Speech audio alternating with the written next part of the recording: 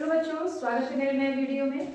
और आज के इस वीडियो में हम लोग क्लास 12 केमिस्ट्री का lesson number first billion chapter के एक नए टॉपिक के बारे में पढ़ेंगे। और आज हम लोग पढ़ेंगे नॉर्मलता। किसी भी बिलियन की नॉर्मलता क्या चीज़ है इसके बारे में पढ़ेंगे और इस पर सवाल किस तरह लगाए जाते हैं वो भी हम लोग देखेंगे। ठीक है।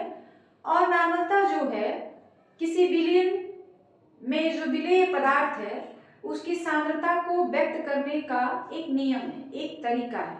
ठीक है, तो चलिए स्टार्ट करते हैं हम लोग। नॉर्मलता क्या होता है? ये नॉर्मलता किसी बिलियन के 1 लीटर में घुले हुए विलेय पदार्थ के ग्राम तुल्यांकों की संख्या को उस बिलियन की नॉर्मलता कहते हैं। इसे n द्वारा प्रदर्शित करते हैं। कोई भी बिलियन है उसमें जितना विलेय पदार्थ घुला हुआ है उसके ग्राम तुल्यांकों की संख्या को ही बिलियन की नॉर्मलता कहते हैं। ठीक है, और इसे n द्वारा प्रदर्शित किया जाता है। और निकालने का यानी बिलियन का नॉर्मलता निकालने का जो फॉर्मूला है वो है n बराबर यानी बिलियन की नॉर्मलता बराबर बिलियन में विलेय की मात्रा ग्राम प्रति लीटर में बटा विलेय का तुल्यांकी भार। ठीक है, इसको आप लोग इस तरह से भी लिख सकते हैं। ये है विलेय का तुल्यांकी भार बटा जो बिलियन का आयतन है वो लीटर में, और यहाँ से n बराबर W/E। E क्या है? तुल्यांकी भार है। यहाँ पे हमने 1000 से मल्टीप्लाई कर दिया था, यहाँ लीटर में था ना तो उसको मिलीलीटर में कर दिया गया। तो आप चाहे तो पदार्थ का जो विलेय पदार्थ का जो मात्रा है, जो सांद्रता है W, ये क्या हो जाएगा? E तुल्यांकी भार इंटू n नॉर्मलता आयतन बटा 1000। तो इस फॉर्मूले की सहायता से हम लोग विलेय पदार्थ का द्रव्यमान भी ज्ञात कर सकते हैं। ठीक है, वैसे किसी भी विलेय की नॉर्मलता अगर निकालनी हो तो उसके लिए हमारे पास यही फॉर्मूला काम आता है। ठीक है, तो चलिए अब हम लोग इस पर एक सवाल भी करके देख लें कि नॉर्मलता टॉपिक से जो भी सवाल आते हैं वो किस तरह से हम लोग हल करेंगे। ठीक है, तो चलिए स्टार्ट करते हैं। सवाल एक है, देखिए 1.325 ग्राम निर्जल Na2CO3 को घोलकर बिलियन 250 मिलीलीटर कर लिया गया। इस बिलियन की नॉर्मलता क्या होगी? देखिए बिलियन का जो आयतन है 250 मिलीलीटर है, लेकिन उसमें Na2CO3 यानी सोडियम कार्बोनेट की मात्रा कितनी है? 1.325 ग्राम। तो 250 ml बिलियन में जो सोडियम कार्बोनेट की मात्रा है वो इतनी है। तो हमको ये पता लगाना है कि 1000 मिलीलीटर अगर बिलियन होता तो उसमें विलेय पदार्थ की सांद्रता कितनी है, उसमें जो Na2CO3 है वो कितना घुला हुआ है। ठीक है, तो ये हम लोग पहले निकाल लें, यानी जो विलेय पदार्थ है उसकी मात्रा, उसकी सांद्रता ग्राम प्रति लीटर में पहले हम निकाल लें। फिर विलेय का जो तुल्यांकी भार है उससे डिवाइड कर देंगे तो विलियन की नॉर्मलता हमको निकल जाएगी। तो सबसे पहले हम क्या करेंगे, जो विलियन है उसमें विलेय की सांद्रता ग्राम प्रति लीटर में निकालेंगे, यानी 1000 ml में कितना जो हमारा विलेय है Na2CO3 वो घुला हुआ है ये पता करेंगे हम। ठीक है, तो उसके लिए देखिए क्या करेंगे, इसको हम इस तरह से हल करेंगे। 250 ml बिलियन में 1.325 ग्राम Na2CO3 है। ठीक है, 250 ml बिलियन में Na2CO3 की मात्रा इतनी है, तो 1 मिलीलीटर अगर हम ले लेंगे तो बिलियन में कितनी मात्रा हो जाएगी Na2CO3 की? 25/250 ग्राम Na2CO3 है। जब 1000 लिया जाएगा तो क्या हो जाएगा? 1.325/250 इंटू 1000। ये हमको पता चल जाएगा कि 1000 मिलीलीटर अगर हम बिलियन का आयतन करते हैं तो उसमें Na2CO3 यानी सोडियम कार्बोनेट की मात्रा कितनी घुली हुई है। तो चलिए पॉइंट हटा दिया हमने। कैंसिल हो गया। इसको जब हम लोग इससे भाग देंगे तो लगभग हमारे पास आएगा 5.30 ग्राम। यानी अगर आप बिलियन की सांद्रता 1000 मिलीलीटर कर लेते हैं तो उसमें जो सोडियम कार्बोनेट की मात्रा होगी वो कितनी हो जाएगी? 5.30 ग्राम। आगे बात समझ में? तो ये जो है बिलियन में विलेय की ग्राम प्रति लीटर में सांद्रता वो हमको निकल गया। ठीक है, इतनी बात क्लियर हो गई कि बिलियन की जो सांद्रता है ग्राम प्रति लीटर में वो हमने निकाल लिया। अब हमको चाहिए बिलियन का तुल्यांकी भार। तो बिलियन का तुल्यांकी भार निकालेंगे हम लोग। यहाँ से विलेय क्या है हमारे पास? Na2CO3, तो उसका एक तुल्यांकी भार हम लोग निकालेंगे। तो तुल्यांकी भार उसका मोलर द्रव्यमान बटा में उसका जो धन आवेश की संख्या होगी उस पे, उससे हम लोग भाग दे देंगे। तो Na2CO3 का तुल्यांकी भार Na2CO3, तो Na2 plus C plus O3 by 2। 2 क्या है? इसमें धन आवेश की संख्या है। Na का एक अगर Na होता है तो उसका जो भार होता है, परमाणु द्रव्यमान होता है 23 होता है। 2 है तो 46 हो जाएगा। कार्बन का परमाणु भार जो होता है 12 होता है। ऑक्सीजन का 16 होता है, यहाँ 3 है तो 16 3 48 हो जाएगा। यानी ये आ जाएगा 8 2 10 106 बटा 2 यानी 53। ये विलेय का तुल्यांकी भार आ गया। ठीक है, अब विलेय की नार्मलता को हम लोग n से दिखाते हैं। तो n बराबर यानी विलेय की नार्मलता बराबर विलेय में विलेय की ग्राम प्रति लीटर में सांद्रता, वो हमने निकाला है, ये है 5.30। विलेय का तुल्यांकी भार ये भी हमने निकाला है 53। ठीक है, पॉइंट हटाएंगे तो नीचे 100 आ जाएगा। 1 0 कैंसिल, 53 से 53 कैंसिल, 1/10। 1/10 को आप लिख सकते हैं 0.1 n। ठीक है, 1/10 इसको आप इस तरह भी लिख सकते हैं n/10, ऐसे n/10। और किसी भी बिलियन की नार्मलता अगर n/10 होती है तो उसको हम लोग सेंटी नॉर्मल बिलियन बोलते हैं। Centi normal billion. अगर जो है बिलियन की नार्मलता जो है n/100 होती है, इसको हम लोग सेंटी नॉर्मल बिलियन बोलेंगे। ठीक है, अगर ये आपका सवाल यहाँ तक हो चुका है, n/10 है तो सेंटी नॉर्मल बिलियन हो गया। n/100 है, n/100 अगर आता है तो इसको हम लोग मिली नॉर्मल बिलियन बोलेंगे। और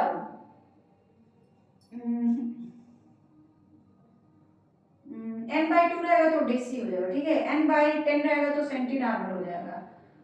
और 1/100 रहेगा तो उसको हम लोग बिलियन की नॉर्मलता तथा मिली नॉर्मल को, मतलब 1/1000 रहेगा तब उसको हम लोग मिली नॉर्मल बिलियन बोलते हैं। ठीक है, तो आप 1/10 को 0.1 n लिख सकते हैं या n/10 भी लिख सकते हैं। जो नॉर्मल बिलियन की नॉर्मलता होती है ना उसको जनरली हम लोग n/10, n/100, n/1000 इस तरह से नॉर्मलता को हम लोग रिप्रेजेंट करते हैं। ठीक है, तो इतनी बात समझ आ गई कि बिलियन की नॉर्मलता क्या होती है और किसी भी बिलियन की नॉर्मलता हम लोग कैसे निकाल सकते हैं, वो सारी बातें हमने इस सवाल में बताने की पूरी कोशिश की है।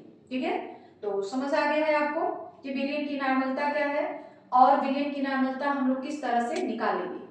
ठीक है ना, आगे बढ़ा जाए। अब हम लोग एक और नए टॉपिक के बारे में पढ़ेंगे और यह टॉपिक भी जो है बहुत ही ज्यादा इंपॉर्टेंट है आपके एग्जाम के लिए। और टॉपिक का नाम है मोलरता। अभी हमने नॉर्मलता पढ़ा था, अभी हमको पढ़ना है मोलरता। किसी बिलियन के 1 लीटर आयतन में उपस्थित विलेय पदार्थ के ग्राम अणुओं की संख्या या मोलों की संख्या भी आप कह सकते हैं, उस बिलियन की मोलरता कहलाती है। ठीक है, मतलब कोई भी बिलियन है उसके 1 लीटर आयतन में उपस्थित विलेय पदार्थ के ग्राम अणुओं की संख्या, यानी विलेय पदार्थ के ग्राम अणुओं की संख्या को ही उस बिलियन की मोलरता कहते हैं। ठीक है, और इसे m से प्रदर्शित किया जाता है। m बराबर विलेय के मोलों की संख्या बटा बिलियन का आयतन लीटर में। ठीक है, तो सबसे पहले हमको विलेय के मोलों की संख्या निकालनी पड़ेगी। यानी कोई भी बिलियन है उसका आप 1 लीटर ले लीजिए और उसमें उस विलेय के मोलों की जो संख्या होगी उसे ही हम लोग विलेय की मोलरता कहते हैं। ठीक है, तो चाहे आप ग्राम अणुओं की संख्या कहिए या कहिए मोलों की संख्या, विलेय पदार्थ के ग्राम अणुओं की ना लिख करके आप मोलों की भी लिख सकते हैं। मोलों की संख्या, मोलों की संख्या, या आप चाहे तो ग्राम अणुओं की संख्या भी लिख दें, कोई दिक्कत नहीं है, दोनों चीजें सेम है। ठीक है, मोलों की संख्या या ग्राम अणुओं की संख्या को उस विलेय की मोलरता कहते हैं। ठीक है, और इसे m द्वारा प्रदर्शित किया जाता है। m बराबर विलेय के मोलों की संख्या बटा विलेय का आयतन लीटर में। ठीक है, यहाँ पे हमने एक सवाल लिखा है, इस सवाल में जो विलेय है आपकी उसकी मोलरता निकालनी है। तो हम लोग ये जान लेंगे कि कोई भी सवाल जो होते हैं मोलरता से रिलेटेड किस तरह से आते हैं और उस सवाल को हम लोग कैसे हल करते हैं। ठीक है, देखिए सवाल क्या है, 5.85 ग्राम सोडियम क्लोराइड को 250 मिलीलीटर जल में घोला गया, विलेय की मोलरता ज्ञात करें। तो विलेय की मोलरता का मतलब ये है कि आप ये पता लगाइए कि जो विलेय पदार्थ है विलेय में उसके मोलों की संख्या कितनी है उस विलेय में। उस विलेय में अगर विलेय के मोलों की संख्या हम लोग किसी भी तरह से निकाल लें तो वही उस विलेय की मोलरता कहलाएगी। ठीक है, तो आपको भी पता है विलेय के मोलों की संख्या या किसी भी पदार्थ के मोलों की संख्या होता है दिया हुआ भार बटा उसका मोलर द्रव्यमान। ठीक है, तो इस सवाल में जो विलेय है सोडियम क्लोराइड है उसको हम लोग ये पता लगा लें कि 1 लीटर में उसका कितना द्रव्यमान है, 1 लीटर में वो कितना ग्राम घुला हुआ है वो पता चल जाएगा, फिर उसका मोलर द्रव्यमान से भाग दे देंगे, मोलों की संख्या निकल जाएगी। तो चलिए हम लोग स्टार्ट करते हैं, क्या क्या करेंगे देखिए। 5.85 ग्राम सोडियम क्लोराइड को 250 मिलीलीटर जल में घोला गया, यानी 250 मिली जल में NaCl की मात्रा या सांद्रता कितनी है, 5.85 ग्राम, 5.85 ग्राम है। ठीक है, ये बात क्लियर है कि 250 मिलीलीटर जल में NaCl की मात्रा 5.85 ग्राम है। तो 1 मिलीलीटर अगर जल का ले लिया जाए तो उसमें NaCl की मात्रा कितनी हो जाएगी, 5.85 बाई 250 ग्राम। अब अगर विलेय को 1000 ml कर दिया जाए, 1000 ml का मतलब हो गया 1 लीटर, तो विलेय पदार्थ की सांद्रता कितनी हो जाएगी, बाई 250 इंटू 1000। क्लियर है कि नहीं, इतनी बात है। पॉइंट इसका हटाएंगे, नीचे 100 बढ़ जाएगा, 1 2 3 1 2 3 कट गया।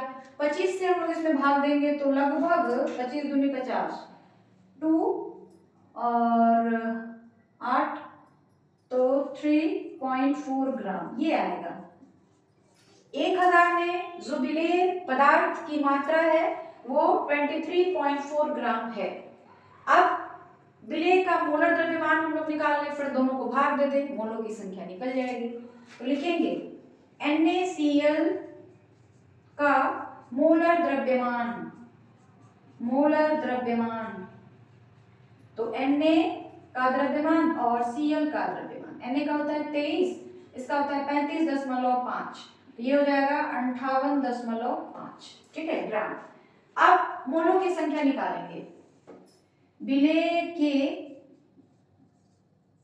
मोलों की संख्या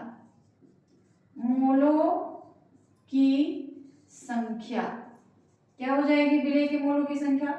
देखिए 1000 ml में कितना घुला हुआ है, 58.5 ग्राम, 58.5 ग्राम, और उसका सॉरी ये तो मोलर द्रव्यमान है, 1000 में वो कितना घुला हुआ है, 23.4 ग्राम, और इसका मोलर द्रव्यमान कितना आ रहा है, ये आ जा रहा है 58.5 ग्राम। पॉइंट तो पहले ही हट जाएगा, जब हम लोग इसको भाग देंगे तो आएगा 0.4 m, यानी जो विलेय की मोलरता है वो क्या हो जाएगी, 0.4 m, यानी जो हमारा NaCl है 1000 में उसके मोलों की संख्या कितनी है, 0.4 मोल है। आगे बात समझ में, तो इस तरह से जो विलेय है आपका उसकी मोलरता निकल गई। तो इस तरह के सवाल आपसे एग्जाम में पूछे जाते हैं, मोलरता क्या है उस पर यह एक सवाल बता दिया गया।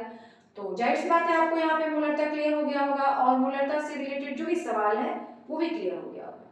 ठीक है, कोई दिक्कत? आगे बढ़ा जाए। अब हम लोग एक नए टॉपिक के बारे में पढ़ेंगे और यह भी जो है किसी विलेय में विलेय की सांद्रता को व्यक्त करने की एक विधि है और इसका नाम है मोललता। अभी हमने मोलरता पढ़ा, नॉर्मलता पढ़ा, अब है मोललता। 1 किलोग्राम विलायक में घुले हुए विलेय पदार्थ के ग्राम अणुओं की संख्या या मोलों की संख्या को ही उस विलयन की मोललता कहते हैं। ठीक है, 1 किलोग्राम कहिए या 1000 ग्राम कहिए। तो 1000 ग्राम में घुले हुए विलेय पदार्थ के मोलों की संख्या को उस विलयन की मोललता कहते हैं। इसे स्मॉल m द्वारा प्रदर्शित किया जाता है और इसका मात्रक जो होता है मोल प्रति किलोग्राम होता है। यह सांद्रता जो होता है ताप द्वारा प्रभावित नहीं होता है। ठीक है, और किसी भी विलेय की मतलब किसी भी विलेय की जो मोललता होती है उसे हम लोग m द्वारा प्रदर्शित करते हैं और इसका फॉर्मूला है विलेय की सांद्रता किलोग्राम में या ग्राम में और विलेय का आणविक द्रव्यमान यानी मोलों की संख्या आपको निकालनी है। ठीक है, इस पर एक सवाल है, 10 ग्राम कास्टिक सोडा को 500 ग्राम जल में घोला गया, विलयन की मोललता ज्ञात करें। तो यहाँ पे आपको सबसे पहले ये डिसाइड कर लेना है कि विलेय कौन है और विलायक कौन है। तो जहां भी जल होता है जनरली विलायक उसी को माना जाता है। तो यहाँ पे जो जल है उसका 500 ग्राम लिया गया है, विलायक है, और 10 ग्राम कास्टिक सोडा जो है वो विलेय है। कास्टिक सोडा का जो फॉर्मूला होता है NaOH होता है और कास्टिक पोटास का फॉर्मूला जो होता है KOH होता है। ठीक है, तो सबसे पहले हम लोग ये ज्ञात करेंगे कि 500 ग्राम जल में तो 10 ग्राम कास्टिक सोडा है, तो अगर हम 1000 ग्राम जल ले लेते हैं तो उसमें कास्टिक सोडा की मात्रा कितनी होगी। ठीक है, तो देखिए हम लोग इसको कैसे करेंगे। 500 ग्राम जल में NaOH का मतलब कास्टिक सोडा की सांद्रता कितनी है, 10 ग्राम है। ठीक, तो 1 ग्राम अगर आप जल लेते हैं तो उसमें NaOH की सांद्रता कितनी हो जाती है, 10/500। और जब आप 1000 ग्राम विलायक लेते हैं या जल लेते हैं तो उसमें NaOH की मात्रा कितनी हो जाएगी, देख लीजिए, 20 ग्राम।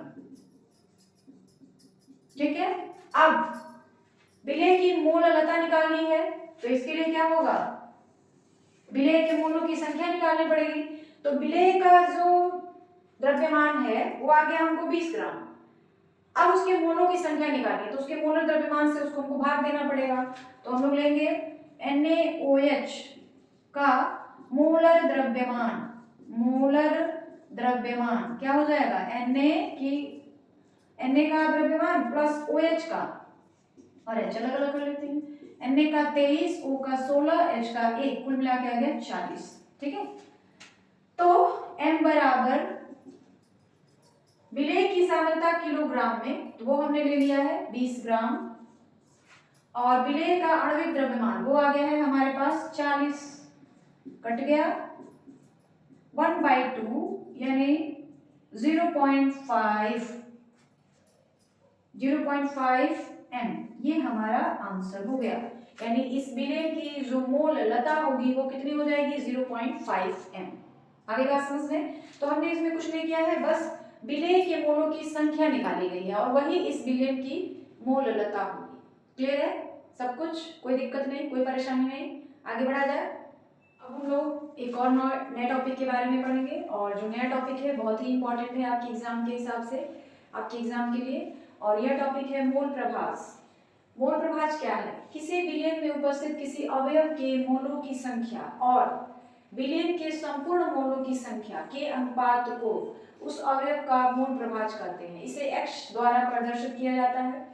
यदि किसी विलयन में विलेय के मोलों की संख्या स्मॉल n और विलायक के मोलों की संख्या कैपिटल M है तो विलेय का मोल प्रभाज x से बराबर n by small n plus capital. Small n क्या है, विलेय के मोलों की संख्या, और कैपिटल N क्या है, विलायक के मोलों की संख्या है। अगर आपको विलेय या विलायक किसी का मोल प्रभाज ज्ञात है तो आप उसको 1 में से माइनस करके दूसरे का मोल प्रभाज निकाल सकते हैं। जैसे यहाँ पे देखिए, विलेय का मोल प्रभाज n by small n plus capital N, तो विलायक का मोल प्रभाज क्या हो जाएगा, 1 माइनस ये जो विलेय का आपको मिला हुआ है मोल प्रभाज वो। तो कोई भी विलयन है उसमें संपूर्ण मोलों की संख्या जो होगी विलेय और विलायक दोनों के मोलों की संख्या का योगफल होगा।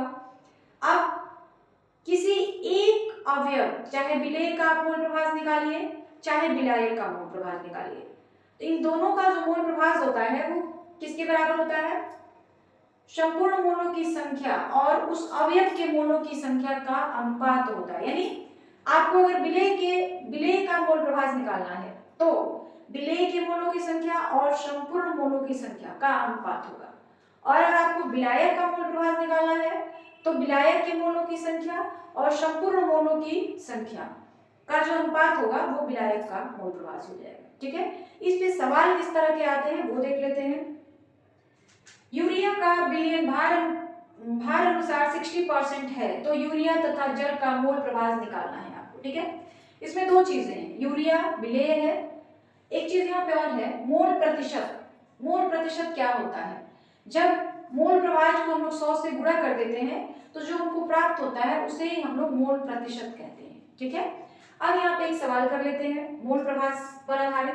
यह सवाल जो है बहुत ज्यादा इंपॉर्टेंट है, कई साल पेपर में पूछा गया है। यह नहीं तो इसी तरह का इसी टाइप का कोई और सवाल आपसे पूछा जा सकता है, और यह सवाल ज्यादातर ऑब्जेक्टिव टाइप में पूछा जाता है। ठीक है, सवाल क्या है? यूरिया का विलयन भार अनुसार 60% है तो यूरिया तथा जल का मोल प्रभाज। इस विलयन में यूरिया जो है 60 ग्राम है और जल जो है 40 ग्राम है। साफ साफ आपको दिख रहा है। ठीक है, तो सबसे पहले हम लोग निकालेंगे यूरिया या विलेय के मोलों की संख्या। मोलों की संख्या क्या हो जाएगी? यूरिया की मात्रा दी गई है 60 और यूरिया का जो मोलर द्रव्यमान होता है वह भी 60 ही होता है। यूरिया का फॉर्मूला होता है NH2CONH2। आप इसका निकाल कर देखिए, मोलर द्रव्यमान 60 ही आएगा, तो इसके मोलों की संख्या कितनी आ गई? 1। अब जो हमारा विलायक है जल यानी H2O, यही हमारा विलायक है, के मोलों की संख्या इसकी मात्रा कितनी दी गई है? 40 ग्राम, और इसके मोलों की संख्या होती है इसका मोलर द्रव्यमान होता है 18 जल का, तो 18 से भाग दे देंगे इसको हम लोग, तो आ जाएगा हमको 2.22। देख लीजिए भाग देकर 2.22। ठीक है, ये जल के मोलों की संख्या है और यह जो है यूरिया के मोलों की संख्या है। अब अगर हम यूरिया का मोल प्रभाज निकाल दें तो उसको 1 में से माइनस करेंगे तो जल का मोल प्रभाज निकल जाएगा। तो निकालते हैं यूरिया का मोल प्रभाज। यूरिया का मोल प्रभाज, तो यूरिया के मोलों की संख्या कितनी है? 1। नीचे विलेय और विलायक दोनों के मोलों की संख्या का योगफल 1 + 2.22, तो ये हो जाएगा 1/3.22। इसको भाग देंगे तो पॉइंट हटाएंगे, ऊपर 2 0, यानी 100/322। तो इसका जो हम लोग भाग देंगे वो लगभग आ जाएगा 0.3 से भाग देंगे तो 0.310 इतना आएगा लगभग। ठीक है, तो ये तो यूरिया यानी विलेय का मोल प्रभाज निकल गया। हमको विलायक का मोल प्रभाज निकालना है जल का, तो निकालेंगे जल का मोल प्रभाज। तो आप इसको ऐसे भी निकाल सकते हैं, जल के मोलों की संख्या कितनी है? 2.22/1 जोड़ देंगे दोनों को 3.22, तो पॉइंट तो वैसे ही अपने आप कैंसिल हो जाएगा और इसका आंसर आ जाएगा, भाग देंगे तो 0.690। ठीक है, आप चाहे तो इसको ऐसे भी निकाल सकते हैं। विलेय यानी यूरिया का हमको पता चल चुका है, तो जल का हमको अगर निकालना पड़ेगा तो हम लोग 1 में से 0.310 माइनस कर देंगे, आ जाएगा 0.690। आगे बात समझ में? जो मोल प्रभाज होता है वह एक अनुपात है और इसलिए इसका कोई भी मात्रक नहीं होता है। ठीक है, तो ये था मोल प्रभाज और उस पर आधारित एक सवाल।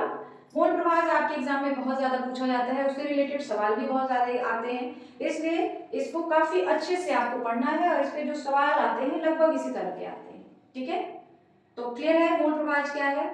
आगे बढ़ा जाए। अब हम लोग एक लास्ट टॉपिक जो है सांद्रता के पद जो हैं, मतलब किसी भी विलयन में विलयन की सांद्रता व्यक्त करने की जितनी भी विधियां हैं उसमें सबसे लास्ट विधि जो है वो है फार्मलता। ठीक है, और फार्मलता क्या है? किसी विलयन के 1 लीटर आयतन में घुले हुए विलेय पदार्थ के ग्राम शुद्ध द्रव्यमानों की संख्या उस विलयन की फार्मलता कहलाती है। ठीक है, इसे F से प्रदर्शित किया जाता है और F बराबर विलेय पदार्थ के ग्राम शुद्ध द्रव्यमानों की संख्या बटा विलयन का आयतन मिलीलीटर में इंटू 1000। ठीक है, उस पे सवाल किस तरह के होते हैं वो देख लेते हैं।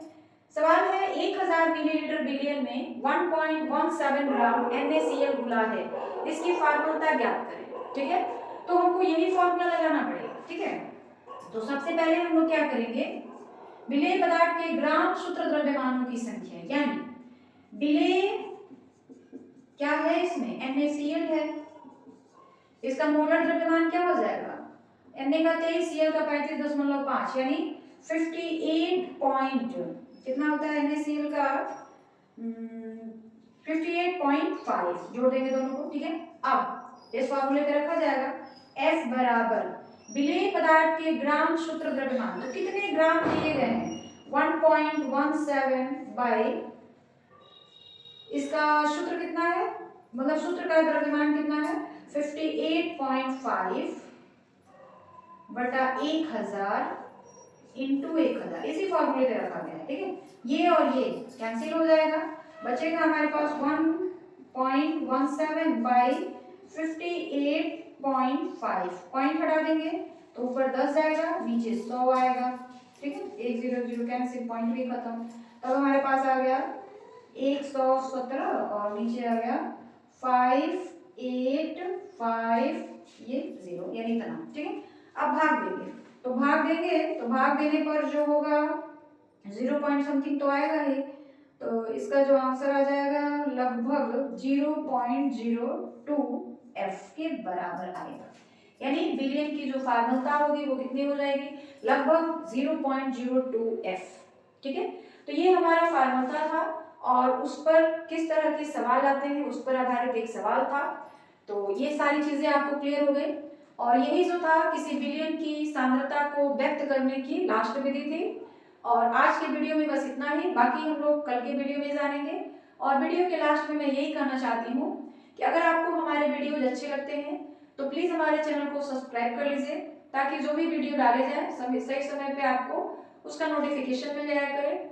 और मेरे वीडियो को जितना ज्यादा हो सके शेयर करें, लाइक करें, कमेंट जरूर करें, ताकि मुझे अपनी कमियों का और अच्छाइयों का एहसास हो सके और मैं अपने कमियों को सफलतापूर्वक दूर कर सकूं।